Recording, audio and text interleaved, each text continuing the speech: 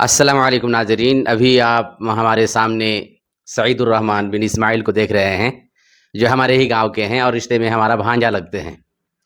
मज़दूर टाइप के आदमी हैं, लेकिन अभी जैसे इलेक्शन का टाइम है, तो उन्होंने ओवैसी साहब को जो है अपना समर्थन देना जो है पसंद किया और उन्हीं को जो है वोट देना पसंद करते हैं। तो मैं पूछना चाहता हूँ कि आखिर वजह क्या है जिनकी वजह से इनको जो है ओवैसी साहब से जो है लगाव हो गया और पतंग छाप में जो है वोट देना चाहते हैं। अस्सलाम वालेकुम सईदुर रहमान साहब। वालेकुम सलाम रहमतुल्लाहि व बरकातुहू। तो कैसे हैं? ठीक है अल्हम्दुलिल्लाह। क्या ख़्याल है इलेक्शन में किनको आपने वोट देना पसंद किया है? हम तो वोट देना पसंद तो दूर की बात है, हम तो दिल में ठान लिए हैं कि ओवैसी को वोट देंगे, पतंग छाप को। तो आखिर दिल में ये जज़्बा कैसे पैदा हो गया? कैसे आपने ओवैसी साहब को वोट देना पसंद कर लिया? कौन-सी बात पसंद आई? कौन-सी बात पसंद है? हम लोग को बहुत बात पसंद है, ये हर किस्म का बात करता है, आरक्षण का बात करता है। मान लीजिए देश को चलाने के लिए पढ़ा-लिखा होना चाहिए। अगर पढ़ा-लिखा नहीं हो तो वो देश नहीं चला सकता। आपके कहने का मतलब इसको चाहिए ओवैसी। हमारे कहने से नहीं, पूरा मोहल्ला में देखिए, पूरा जिला में देखिए कि ड्राइविंग कैसे करता है। उसका अपना हैदराबाद में जाके देखिए ड्राइविंग कैसे करता है। हमारे बिहार में वो खुद आया नहीं है, उसको मान लीजिए हम लोग लाए हैं। इसका मतलब है कि हम लोग लाए हैं कि हमारे ड्राइविंग किया करेगा, हमको जहां तक जाना है हमारा सफर अच्छा रहेगा, हमसे सुरक्षित रखेगा। तो इसका बोलते बोलिएगा आप फिर कि ये इसमें क्या देखा ओवैसी में? ओवैसी में हम लोग देखे कुछ नहीं है, लेकिन हम लोग जानते हैं, पढ़े लिखे हैं, हमारे लिए बुजुर्ग पढ़े लिखे होंगे, हमारे गार्जियन पढ़े लिखे होंगे। यानी स्कूल कॉलेज वगैरह होगा। हाँ, तो हम स्कूल कॉलेज हो गए तो हाँ। हम नहीं तो क्या, हम तो खट के हमारे बच्चे होंगे। बच्चे होंगे, पढ़ाने का सुविधा होगा। हाँ, तो यानी खट के उनके आने से स्कूल आएगा, कॉलेज आएगा, इसी तरह से क्या कहते हैं हॉस्पिटल बनेगा। जरूर इसलिए आएगा, जब पढ़ा लिखा है तो पढ़ा लिखाई वाला जरूर आएगा। काम करेगा। अच्छा एक बात मैं पूछना चाहता हूँ कि ओवैसी साहब को कुछ लोग कहते हैं, जैसे ओवैसी साहब जब क्या कहते हैं बाबरी मस्जिद का केस लड़ते हैं, तो उनको क्या कहते हैं बीजेपी का आदमी नहीं कहते। ओवैसी साहब जब एनआरसी की लड़ाई लड़ते हैं और संसद में जाकर के बिल फाड़ देते हैं, तो उनको जो है बीजेपी का आदमी नहीं कहते। ओवैसी साहब जब हिजाब के सिलसिले में आवाज़ उठाते हैं, तो उनको बीजेपी का आदमी नहीं कहते। ओवैसी साहब जब मस्जिद के नीचे मंदिर तलाश करते हैं कुछ लोग, तो उन पर जो है लड़ाई लड़ते हैं, तब भी उनको बीजेपी का आदमी नहीं कहते हैं। वक़्फ़ के लिए जब लड़ाई लड़ते हैं, तो बीजेपी का आदमी नहीं कहते। मगर जब वोट माँगते हैं, तो उसको बीजेपी का आदमी कहते हैं। ये बात समझ में नहीं आता। आप क्या समझे इस सिलसिले में? बात समझ में नहीं आएगा। आदमी को चोरी करने के लिए घर का दरवाजा देखना पड़ता है दिन में हाँ। कि कैसे चोरी किया जाएगा, कौन किधर से ताला टूटेगा, किधर आदमी सोता है।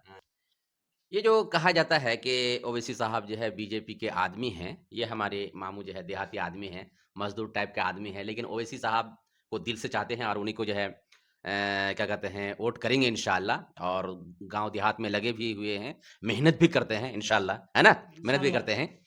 बाकी ये जो कहा जाता है कि बीजेपी का आदमी फलाँ है, ये जो है मुसलमानों को ठगने का एक फ़ॉर्मूला है। मुसलमानों को धोखे में डालने का एक फ़ॉर्मूला है, कि लोग समझे कि वाक़ई बीजेपी का आदमी है। अग ऐसी हालत में मुसलमानों के लिए ज़रूरी है कि जब ओवैसी साहब को कहा जाए कि बीजेपी का आदमी है, तो सोचना चाहिए, गौर करना चाहिए कि यही तो आदमी है जिसने बाबरी मस्जिद का केस लड़ा, एनआरसी का केस लड़ा, बिल फाड़ा उसी ने। जब भी मुसलमानों पर कोई मुसीबत आती है, तो वो तड़प करके मैदान में आते हैं। वो लोग जो ओवैसी साहब को बीजेपी का आदमी कहते हैं और मुसलमानों के हमदर्द साबित करते हैं, जब मुसलमान तड़पते हैं मैदान में, मुसलमानों पर ज़ुल्म होता है, दिखते नहीं हैं, दूर से बोलते हैं, दूर से। ज़ुल्म हो रहा है कहाँ 100 किलोमीटर दूर में या 80 किलोमीटर दूरी पे और यहाँ पे बोलते हैं या तो 3-4 दिन के बाद बोलते हैं कि हमारे मुसलमानों पर कौन ज़ुल्म कर रहा है। उस वक़्त नहीं, लेकिन जनाब ओवैसी साहब उसी वक़्त बोलते हैं, मैदान में आकर के इंसाफ़ दिलाते हैं और इंसाफ़ दिलाने की हर मुमकिन कोशिश करते हैं।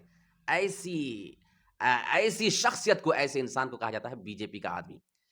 आम तौर पर गौर कीजिएगा, जब कभी भी ये लोग ओवैसी को बीजेपी का आदमी कहे और मुसलमानों को हमदर्द साबित करे और कहे कि तुम पर बीजेपी का खतरा है, ऐसे लोग कभी भी मुसलमानों को मजबूत होने के लिए नहीं कहते, है ना मामा? हाँ। मजबूत होने के लिए नहीं कहते, कहते हैं कि मुसलमानों तुम पर जुल्म हो रहा है, इसलिए हमको मजबूत करो। भाई मुसलमान कमजोर है, मुसलमानों पर जुल्म हो रहा है, तुम मुसलमानों के बारे में कहते हो कि हम मुसलमानों से मोहब्बत करते हैं, तो मुसलमानों को मजबूत होने के लिए कहो।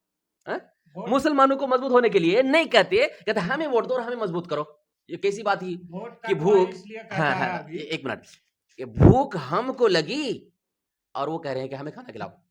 हम पर जुल्म हो रहा है तो हमें मजबूत होने के लिए कहना चाहिए और कहना चाहिए कि तुम अपने में नेता बनाओ। नहीं, ये बात नहीं कहते, कहते हमको नेता बनाओ। तो बीजेपी चाहती है देश से निकाल दे, ये मुसलमान को खत्म कर दे, और ये लोग चाहते हैं कि देश में रहे लेकिन गुलाम बनकर रहे। तो कौन हमारे लिए अच्छे हुए? कोई भी नहीं। क्या मामा? हाँ, कोई भी हमारे लिए। बीजेपी कोई चाहती अच्छे है कि पाकिस्तान चले जाओ, और ये लोग कहते हैं देश में रहो लेकिन गुलाम बनकर रहो। तो कौन अच्छा हुआ? कोई भी नहीं। इससे बेहतर क्या है? हमें अपनी मजा पार्टी बनाना चाहिए, अपने आप को मजबूत करना चाहिए, अपना नेता बनाना चाहिए। हमारे मसले का हल इसलिए नहीं कि हमें नेता नहीं नहीं, चाहिए। हम में नेता नहीं। हमारे अब मसले का हल जब साथ होगा जब हमारे अंदर नेता नहीं, होगा। अभी जो दिक्कत क्या हुआ, साथ ले लेता तो कोई फर्क नहीं पड़ता। हाँ, साथ इसलिए नहीं लेगा, अगर ओवैसी सबको साथ ले लेगा, 10 सीट भी देगा तो पूरा जीतेगा, हाँ, उसमें कोई शक नहीं। कोई शक नहीं। अगर जीत लेगा, अगर बोलेगा कि हमको फन्ना डिग्री चाहिए, हाँ, फन्ना हमको फन्ना पोस्ट चाहिए, हम्म, उसलिए वो हम्म, साथ में नहीं लेगा, हम्म, यार उसको वो देगा नहीं। हम्म, ये बात जाहिर है कि आप गुलामी करते रहो, हम्म। हमसे डरते रहो, गुलामी करते रहो, देश आजाद अभी नहीं हुआ। उसका कहने का मतलब ये है। मेरे ख्याल से मामा इसमें यह भी है, गठबंधन में ना लेने का मुसलमानों से नफरत है। नफरत की बात नहीं है, ना ना, नफरत की बात सुनिए ना, नफरत की बात है। नफरत कैसे है? अंदर से नफरत है, ऊपर से मोहब्बत दिखाते हैं, ऊपर से मोहब्बत दिखाते हैं, अंदर से नफरत है। क्या? नहीं तो जितनी भी पार्टियों को गठबंधन में लिया वो तो गैर मुस्लिम है, और ओवैसी साहब मुस्लिम है। मुस्लिम है। और ओवैसी साहब पढ़े लिखे, जैसे आपने बताया अभी, ओवैसी साहब पढ़े लिखे हैं। तो ओवैसी साहब को गठबंधन में लेंगे, दहाड़ेंगे। बैरिस्टर तो है ही, दहाड़ेंगे। सब जो है आ जाएंगे किसकी तरफ? ओवैसी की तरफ। और ओवैसी साहब को अच्छी खासी सीट मिल जाएगी। तेजस्वी साहब को ये बर्दाश्त नहीं है, और उनके पिता जनाब लालू साहब को ये बर्दाश्त नहीं है कि वो तो मुसलमान मजबूत हो जाए, मुसलमान मजबूत हो जाए। इस वजह से कहा तू दूरे रहो। कभी बहाना करते हैं ओवैसी ने फोन नहीं किया, कभी तो कहते हैं हमको पता नहीं। ये सब कुछ नहीं, नफरत है तुमसे, तुम देश में गुलाम बन के रहो, बस यही मतलब है। क्या आपका मतलब तो आपको बता दिए कि ये अगर सीट मिलेगा क्या? उसका तो कोई ये नहीं है। अभी तो हमको धमकाया जाता है कि ये बीजेपी आ जाएगा तुम्हारे ऊपर, हमको नहीं दोगे, ओवैसी वोट कटवा है। तो वही सीट के बाद बोले सीट अगर मिल जाएगा, अगर ओवैसी कहेगा हमको फन्ना चीज चाहिए, अगर नहीं मिलेगा तो कमजोर हो जाएगा। अच्छा, इसलिए अच्छा एक बात, अभी आप बोलेगा बीजेपी आ जाएगी, ये जो है डर दिखाते हैं। हाँ, बीजेपी आने का डर दिखाते हैं, ठीक है, हम बीजेपी से डरते आ रहे हैं, और तकरीबन 1980 से हम बीजेपी से डर रहे हैं, इसलिए कि बीजेपी की जो बहाली हुई है, ये जो पार्टी जो है अमल में आई है 1980 में, उस वक्त से हम बीजेपी से डर रहे हैं। आप डर रहे हैं, ना, ना, ना, ना, ना, ना, ना, ना, ना, ना, हमें डर दिखा रहे हैं। हम नहीं डर रहे। है ना, डर डर के तो फायदा होगा नहीं ना। डरने से फायदा क्या होगा? डरने से काम चलता नहीं है, हिम्मत से काम होता है। डरने से इंसान अपना नाम भूल जाता है, अपने बाप का नाम भूल जाता है, गांव का नाम भूल जाता है। सामान जो है हाथ में रहे तो डर की वजह से जो है सामान हाथ से गिर जाता है।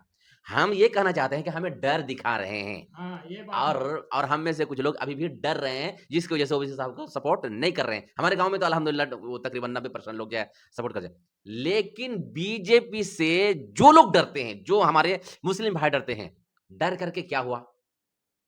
बीजेपी से डर करके कांग्रेस को वोट दिए, समाजवादी को, आरजेडी को, और जेडीयू को, बीजेपी को भी कुछ लोग दे रहे हैं। डर कर क्या हुआ? हमारी मुसीबत खत्म हुई? नहीं हुआ, हाँ? खत्म हुई? नहीं हुआ, नहीं हुई, खत्म भी नहीं होगी। जिंदगी भर कौन नहीं हमारा हुआ। साथ देगा? जैसे मिसाल के तौर पर अभी जो है कांग्रेस को हम वोट देते आ रहे हैं, कांग्रेस के जमाने में गुजरात दंगा, अभी जो है कांग्रेस का गढ़ है यूपी में, दंगा हो रहा है, मुसलमानों को मारा जा रहा है, घर तोड़ा जा रहा घर है। तोड़ा जा रहा है। हम बीजेपी के डर से उन्हें वोट देते आ रहे हैं। एनआरसी का लफड़ा आया, इसी तरह से कहते वक्फ का लफड़ा आया, मुसलमानों को मारा जा रहा है, मुसलमानों के मंदिर के नीचे क्या कहते हैं मुसलमानों की मस्जिद के नीचे मंदिर तलाश करते जा रहे हैं, मुसलमानों को पाकिस्तान भेजने की बात कर रहे हैं, गाय के नाम पर जो है मॉब लिंचिंग होती जा रही है, इसी तरह से निकाह पर, वक्फ बिल, क्या-क्या परेशानियाँ आती जा रही है। तो बीजेपी से डर करके हमें फ़ायदा क्या हुआ? बीजेपी के डर से कांग्रेस-वांग्रेस से सबको ये करके वोट दे करके हमारा क्या क्या फ़ायदा हुआ? अच्छा, एक बात ये भी कह रहे हैं मामा, आप ही से ज़्यादा बात करवाना चाहिए, लेकिन चूँकि कुछ अच्छी बात आ जाती है इसलिए बोल देता हूँ। सामीन भी बुरा ना समझे नाज़रीन। भारत के मुसलमानों पर जो मुसीबत आती जा रही है, उसकी मेन वजह यही है कि भारत के मुसलमानों का कोई लीडर नहीं है। इस वजह से हमें डरना बंद कर देना चाहिए। अपना लीडर बनाना चाहिए, उसे मजबूत करना चाहिए। जब हमारा लीडर होगा, तो हमारे ऊपर जो ज़ुल्म कर रहे हैं ना, उन्हें सोचना पड़ेगा, ये किसका आदमी है? दूसरी बात, जो अभी मैं भूल गया था, अब नहीं भूलने का इरादा नहीं है इंशाअल्लाह। कह रहे हैं आरजेडी के लोग, इसी तरह से कांग्रेस के लोग और दूसरे लोग कह रहे हैं, मुसलमान नेता है ना, एमएलए जो है ढेरों। लेकिन मामा गौर कीजिएगा, मुस्लिम एमएलए है ना? ठीक है। मुस्लिम जो नेता है हमारे एमएलए या एमपी की शक्ल में, उनकी जान खुद महफूज नहीं है। आरजेडी का नेता शहाबुद्दीन साहब मार दिया गया ना? जब नेता महफूज नहीं, तो हमारा क्या होगा? जनता का क्या होगा? समाजवादी का नेता मुख्तार अंसारी यूपी मार दिया गया। मामू वो सब समझा एक मिनट आजम खां समाजवादी का नेता है, समाजवादी का नेता आजम खां है, जेल ही में जिंदगी गुजरती रहती है। नेता जिनके बारे में कहा जा रहा है कि मुसलमान नेता ढेरों हैं, उनकी जान की हिफाजत नहीं, तो हमारा क्या हाल होगा? अब आप बोलिए मामा।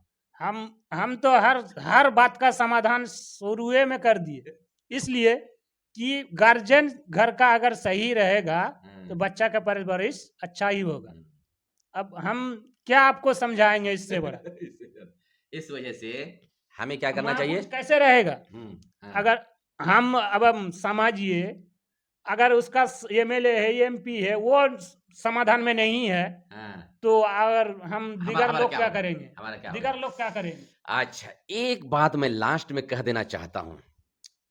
जो भाई देख रहे हैं हमारे मामा भांजा को, हमारे मामा देहाती आदमी हैं, हम लोग शेरशाबादी हैं, इसलिए हिंदी उर्दू बोलने में थोड़ी-सी हम लोगों को दिक्कत होगी। हम लोग तो पढ़े लिखे हैं अल्हम्दुलिल्लाह, एमए हूँ अल्हम्दुलिल्लाह, तो हमारे मामा को थोड़ी-सी दिक्कत हो रही है, लेकिन आप समझ लीजिएगा। वोट हम क्या देख कर दें? जब हम वोट देने के लिए जाएँगे, तो हम क्या देखेंगे? हमारे कुछ भाई कहते हैं, वो जीत नहीं पाएगा, वो जीत नहीं पाएगा, उसके सपोर्टर ज़्यादा नहीं है। जो जीत पाएगा उसको वोट देंगे, चाहे वो गोबर छाप हो, अंगूठा छाप हो, दंगाई हो, चाहे वो क्या कहते हैं, कौम के बारे में कुछ समझे या ना समझे, वोट उसका ज़्यादा है, बस उनकी तरफ लोग झुक जाते हैं। ऐसा है ना मामा? हाँ। लेकिन शरीयत हमें ये नहीं कहती और ना देश का कानून हमें ये कहता है। मेरे भाइयों, वोट जब आप देने के लिए जाएँगे, कैंडिडेट पर गौर करें और अभी नहीं, अभी के बारे में आप ना सोचें, पूरा इतिहास चेक करें आप। क इलेक्शन के वक़्त सब सीधा हो जाता है, साफ दिख रहा है, हम ऐसा करेंगे, हम ऐसा करेंगे, हम ऐसा करेंगे, बस भूल जाते हैं। सीधी-सादी जनता भूल जाती है सब पूरा इतिहास। पूरा इतिहास को याद कीजिए और किसी भी कैंडिडेट के बारे में, चाहे मैं हूं या मेरा बाप हो या मेरा कोई भी परिवार का आदमी हो, आप उसके बारे में सोचे कि ये समाज के लिए सही है या नहीं। इसलिए कि जिसको आप वोट देने के लिए जा रहे हैं, आप उसके बारे में गवाही देने जा रहे हैं कि ये आदमी समाज के लिए अच्छा होगा, पब्लिक के लिए अच्छा होगा, पब्लिक के दुख दर्द को समझेगा, दबे, पिछड़े और कुचले हुए लोगों को उनके कदमों पर खड़ा करने की कोशिश करेगा, मज़लूम को इंसाफ देने की दिलाने की हर हर हर मुमकिन कोशिश करेगा। इस तरह से आप गोया कि आप उनके बारे में सोच करके आप उन्हें वोट दिया करें। अगर आपने सोचा नहीं, ऐसे ही देख लिया जैसे लोग ये समझते हैं, अरे उनका वोट ज़्यादा है। वोट ज़्यादा है तो क्या है? क्या वो उसके लायक है? वोट के लायक है? नहीं। अगर वो अच्छा नहीं है, चाहे सपोर्टर उनके कितना भी ज़्यादा हो, उनको वोट देना जायज़ नहीं है। अगर आप गंदे इंसान को, पलीद, बदबूदार इंसान, सड़क छाप, लफंगा, जो कौम के बारे में कुछ भी ना सोचे, वो दंगाई किस्म का आदमी हो, ज़ालिम किस्म का आदमी हो, इंसाफ परवर ना हो और आप उसको वोट दे रहे हैं, आप झूठी गवाही दे रहे हैं, आप कबीरा गुनाह कर रहे हैं। कहते हैं मौलवी लोग नेता बनना चाहते हैं। मौलवी लोग कुरान हदीस बयान करना जानते हैं, वोट के और इलेक्शन के बारे में नहीं जानते? आप सिखाओगे ज्यादा? आपने तो सियासत का मतलब ये समझ लिया कि क्या कहते हैं गंदगी है। नहीं, ये मतलब नहीं है। और ना गंदी नाली के कीड़े हैं सियासत करने वाले। बना लिया, उस तरह का माहौल बना लिया, वो मतलब नहीं है। जो भी कौम का ज़िम्मेदार होता है, वो कौम का गार्जियन होता है। उसके मातहत के लोग उनके बच्चों की तरह होते हैं। और बच्चे जो गार्जियन की नज़र में जो बच्चे होते हैं, सबको एक नज़र से देखना पड़ेगा। ये हिंदुस्तान का कोई भी नेता होगा वो अपनी पब्लिक के गार्जियन होंगे। सबको एक नज़र से देखेंगे, जैसे बच्चों को एक नज़र से देखा जाता है। इसके लिए एक टॉफ़ी तो उसके लिए भी एक एक टॉफ़ी। उसके साथ ज़ुल्म नहीं कर सकता, तो इसके साथ भी ज़ुल्म नहीं कर सकता, चाहे हिंदू हो या मुस्लिम हो। दंगाई को वोट देना कतई जायज़ नहीं है। यहाँ पे जो मुसलमानों के साथ ये सरासर नाइंसाफ़ी हो रही है। मुसलमानों के हुकूक को पामाल किया जा रहा है। सब यहाँ पे हिंदू मुस्लिम सब बराबर हैं। लेकिन अफ़सोस की बात ये है कि मुसलमानों को नज़रअंदाज किया जा रहा है। गुलाम बनाने की सियासत जारी है और चाहते हैं कि हम देश पर राज करें और मुसलमान गुलाम बन करके रहें। क्या पूरे हिंदुस्तान में सबसे ज़्यादा मुसलमान मज़लूम है? सबसे ज़्यादा ज़ुल्म मुसलमानों पर हो रहा है। कौन कर रहे हैं? वो लोग जो कहते हैं कि हम मुसलमानों को हक दिलाएँगे। मजाल नहीं है इनके अंदर हक दिलाने की। कोई मजाल नहीं है, हिम्मत नहीं है और ना मुसलमानों को क्या कहते हैं, हक दिला सकते हैं और ना मुसलमानों पर से ज़ुल्म को ख़त्म कर सकते हैं। अगर ऐसी बात होती, तो आज मुसलमानों को गाय के नाम पर जो है मारा-पीटा नहीं जाता। बूढ़े-बुज़ुर्गों की दाढ़ी पर खींचा नहीं जाता। मुसलमानों की मस्जिद के नीचे क्या कहते हैं, मंदिर तलाश नहीं किया जाता। मुसलमानों की मस्जिद के मीनारे पर चढ़ कर के भगवा झंडा नहीं लहराया जाता। और इसी तरह से एनआरसी के नाम पर क्या कहते हैं बवाल नहीं किया जाता। मुसलमानों को पाकिस्तान भेजने की बात नहीं होती। इनमें दम नहीं है। इसलिए मुसलमानों को चाहिए कि अपना नेता बनाएँ। हमारा नेता हमारा दुःख दर्द को समझेगा। पराया कुछ भी नहीं समझ सकता। उनको फुर्सत ही नहीं होगी। अरे मुसलमान चिल्ला रहा है। पता नहीं फुर्सत जब उन्हें फुर्सत होगी तब जो है आपके बारे में बोलेगा। और उस वक़्त बोलेगा जब आप मार खा करके या तो आप मर चुके होंगे, आपका घर उजड़ चुका होगा, बुलडोज़र से आपके घर को वीरान कर दिया जा चुका होगा, आपके इलाका को ख़त्म कर दिया गया होगा। उस वक़्त उनको याद आएगा। तो उस वक़्त जब आपका घर, आपका इलाका वीरान हो चुका, आपका नाम लिया जा रहा है, कौन हमारे मुसलमान को क्या कह रहा है? क्या कह रहा है नहीं, क्या कर चुका है? और तू 100 किलोमीटर दूर से बोल रहा है, 4 दिन 5 दिन के बाद बोल रहा है। अब क्या होगा? लेकिन अगर हमारा नेता हो, वो बर्दाश्त करेगा? नहीं बर्दाश्त करेगा। और सामने वाला जो ज़ुल्म करने की कोशिश करेगा, वो भी सोचेगा अरे! किसका आदमी है?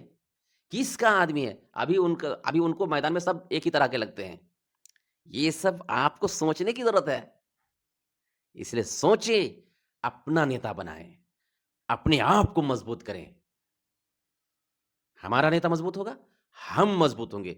जब मज़बूत होंगे, मज़बूत से इंसान डरेगा और मज़बूत इंसान हक ले सकता है, कमज़ोर नहीं। नहीं तो उसी तरह अगर रहेंगे, झोला-छाप बन करके कभी आपको झोला लेकर के भेज दिया जाएगा।